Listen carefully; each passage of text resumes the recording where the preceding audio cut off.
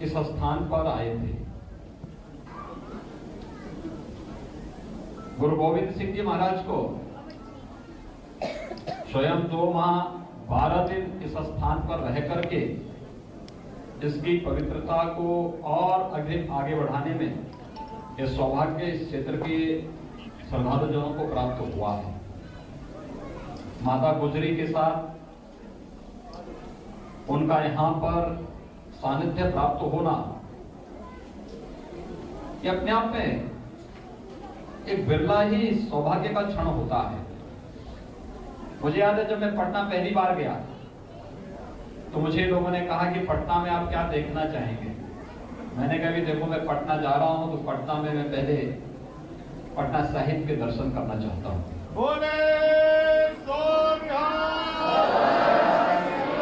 और मुझे लगता है हर भारतीय को जाकर के देखना चाहिए। पटना साहिब में जाकर के गुरु गोविंद सिंह जी महाराज के जीवन के उस कालखंड को भी महसूस करना चाहिए।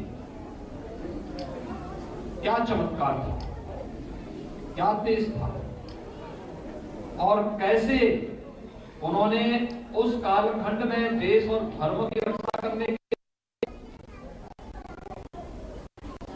अपने आप को आगे बढ़ाया था।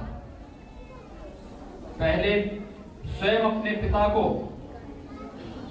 देश और धर्म के लिए बलिदान देने के लिए प्रेरित करना और बाद में अपने 4 पुत्रों को गंवाने के बाद भी कहीं भी किसी भी प्रकार की कोई ये बात नहीं कि उनके मन में भाव रहा हो कि नहीं मैं 4 पुत्र गंवा चुका हूं, मुझे अब बहुत हो चुका है। यानी ये भाव जहां पर हो वो अद्भुत है। एक सामान्य व्यक्ति ऐसा नहीं कर सकता है। एक सामान्य नागरिक से आप इस बात की अपेक्षा नहीं कर सकते हैं। ये हम सबका सौभाग्य है कि सिख परंपरा की, गुरु परंपरा की इस समृद्ध परंपरा ने सदैव सम और विषम परिस्थितियों में देश और समाज का एक मार्गदर्शन किया है, एक नई दिशा देने का कार्य किया है। और इसीलिए मेरा ये सौभाग्य है कि जब मुझे मेरी पार्टी ने प्रदेश के अंदर मुख्यमंत्री के रूप में सेवा का अवसर दिया तो गुरु नानक देव जी के 550वें उत्सव के कार्यक्रम को मुख्यमंत्री आवास में करने पर मुझे स्वयं गौरव की अनुभूति हुई, क्योंकि इन सिख गुरुओं ने अपने लिए नहीं, इस देश के लिए और इस धर्म के लिए अपना जीवन जिया था। और इसलिए जब भी अवसर मिला, मेरे सामने इस बार कोरोना कालखंड के अंदर भी ये 14 तिथि कैसे कार्यक्रम होगा, हमारी महापौर आई कि कैसे हो पाएगा। मैंने कहा नहीं, मैं कोई रास्ता निकालना और मैं धन्यवाद दूंगा कि 27 दिसंबर को हम लोगों ने मुख्यमंत्री आवास पर साहिबजादा दिवस के रूप में उस आयोजन को पूरी भव्यता के साथ किया। और मुझे तो आश्चर्य तब हुआ कि वहां पे तो कम संख्या थी, लेकिन उसको सोशल मीडिया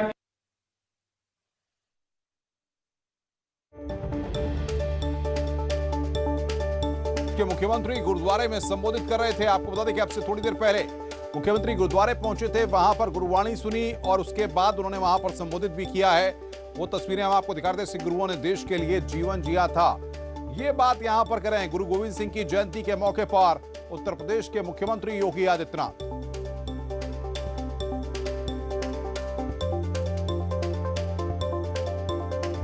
तो ये तस्वीरें इस वक्त आपकी स्क्रीन पर। गुरुद्वारे में पहुंच करके माथा टेका, गुरुवाणी को सुना है उत्तर प्रदेश के मुख्यमंत्री योगी आदित्यनाथ ने।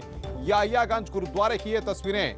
उन्होंने अपने संबोधन में कहा कि 27 दिसंबर को साहिबजादा दिवस मनाया। उन्होंने बताया कि किस तरीके से गुरु जी के जीवन से हम सबको सीखना चाहिए। अपने संबोधन में उन्होंने इस बात का जिक्र किया। याहियागंज गुरुद्वारे आज उत्तर प्रदेश के मुख्यमंत्री गुरु गोविंद सिंह की जयंती के उपलक्ष्य में पहुंचे।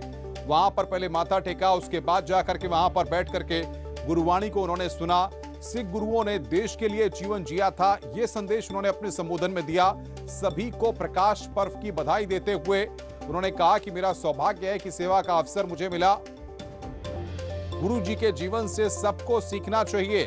याहियागंज गुरुद्वारे में उत्तर प्रदेश के मुख्यमंत्री ने पहुंच करके सभी को गुरु गोविंद सिंह की जयंती की शुभकामनाएं दी, प्रकाश पर्व की सभी को शुभकामनाएं दी। और आप देख सकते हैं जो दृश्य हम आपकी स्क्रीन पर दिखा रहे हैं, बाकायदा बैठ करके उन्होंने वहां पर जो गुरुवाणी हो रही थी उस गुरुवाणी को उन्होंने काफी देर तक सुना और उसके बाद अपने संबोधन में उन्होंने सभी को प्रकाश पर्व की बधाई देते हुए इस बात को कहा कि गुरु जी के जीवन से सबको सीखना चाहिए। और साथ ही साथ उन्होंने कहा कि प्रकाश पर्व की सबको बधाई और मेरा सौभाग्य है कि सेवा का मुझे अवसर मिला। सिख गुरुओं ने देश के लिए काफी कुछ किया। 27 दिसंबर को साहबजादा दिवस मनाया, ये बात उन्होंने यहां पर कही। उन्होंने बताया कि किस तरीके से अपने यहां भी उन्होंने इस मौके पर कार्यक्रम का आयोजन किया था और आज के मौके पर जब वो इस गुरुद्वारे में पहुंचे हैं तो सभी के साथ बातचीत करते हुए मुख्यमंत्री दिखाई दिए और अपने संबोधन में भी उन्होंने उस बातों का जिक्र किया कि सिख गुरुओं ने देश के लिए, ये तस्वीर आप देखिए किस तरीके से माथा टेका उन्होंने और उसके बाद जाकर के बैठ करके वहां पर गुरुवाणी को सुना।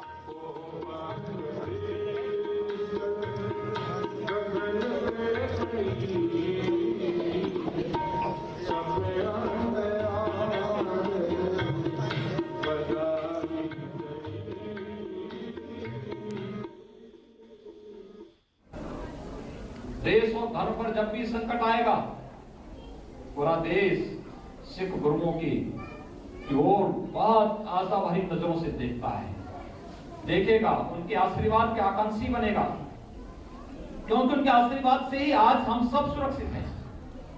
ये देश भी, यह धर्म भी सुरक्षित है। और मैं धन्यवाद दूंगा गुरुद्वारा प्रबंधक कमेटी से जुड़े हुए जितने भी हमारे पदाधिकारी हैं। उन्होंने विषम परिस्थितियों में उनके पूर्वजों को भी, उनके पूर्व पदाधिकारियों को भी, आप सोचिए ना, पिछले 300 वर्षों से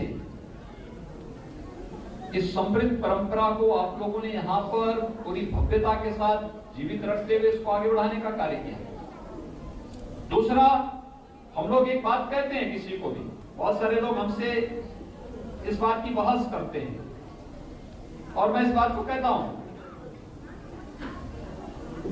कि अगर देश के अंदर सेवा का भाव कहीं देखना है तो हमारे गुरुद्वारों में जाके देखो। कोई भी व्यक्ति हो, उसकी जाति, उसका मत, उसका मजहब, उसका संप्रदाय, कुछ नहीं पूछा जाता है। लंगर में कोई जाके बैठेगा, प्रसाद ग्रहण कर लेगा। ये परंपरा है। ये मानवता का कल्याण का मार्ग यहां से प्रशस्त होता है। बिना भेदभाव के हर एक के पास लंगर की व्यवस्था प्रत्येक के लिए करना। और जहां पर अभी डॉक्टर गोविंद सिंह जी कह रहे थे कि यहां से अन्न अन्य स्थानों पर, धर्मस्थलों पर, चौराहों पर गरीबों के लिए भेजा जाता है, ये परंपरा रही है। और उस परंपरा को कितनी मजबूती के साथ आगे बढ़ाने का कार्य यहां पर एक गुरुद्वारा सैकड़ों वर्षों से करता रहा है। ये हम सब के लिए गौरव का क्षण है। मैं आज की इस अवसर पर आप सभी भाइयों बहनों को प्रकाश पर्व की बहुत बहुत बधाई देता हूं और मैं आप सबको इस बात के लिए विश्वास दिलाने के लिए आया हूं। एक नई परंपरा की शुरुआत हमें करनी चाहिए और परंपरा जो गुरु नानक देव जी की 550वें पर्व पर हम लोगों ने किया था, जो परंपरा अभी हाल ही में गुरु गोविंद सिंह जी महाराज के 4 साक्षरों के पर्व के उपलक्ष्य में हुआ है। और मई के कार्यक्रम के लिए भी अभी से इस प्रकार की योजना रचना करके कहां पे शासन के स्तर पर सहयोग होना है, कहां पे स्थानीय प्रशासन का सहयोग होना है, ये सभी कार्यक्रम अभी से हमें बनाना चाहिए। हमें देश के बारे में, धर्म के बारे में, वर्तमान पीढ़ी के बारे में और जहां कहीं भी कोई कमी समाज में रह जाती है उस कमी को दूर करने के लिए अपने आप को तैयार करना होगा। एक बार फिर से प्रकाश पर्व की हृदय से बधाई आप सभी को देते हुए मैं आज अपने आप को सौभाग्यशाली मान रहा हूं कि इस पावन प्रकाश पर्व पर दूसरी बार मुझे आपके इस संगत का दर्शन करने का सौभाग्य प्राप्त हुआ है। एक बार फिर से यहाँ पर इस पावन संगत को नमन करते हुए आप सबको मैं अपनी कोटि कोटि बधाई और शुभकामनाएं देता हूं। धन्यवाद। जय हिंद। मुख्यमंत्री योगी आदित्यनाथ को आप सुन रहे थे किस तरीके से वो प्रकाश पर्व की बधाई दे रहे थे, गुरुद्वारे में पहुंच करके संबोधित कर रहे थे वहां पर। खबरें और भी हैं, फिलहाल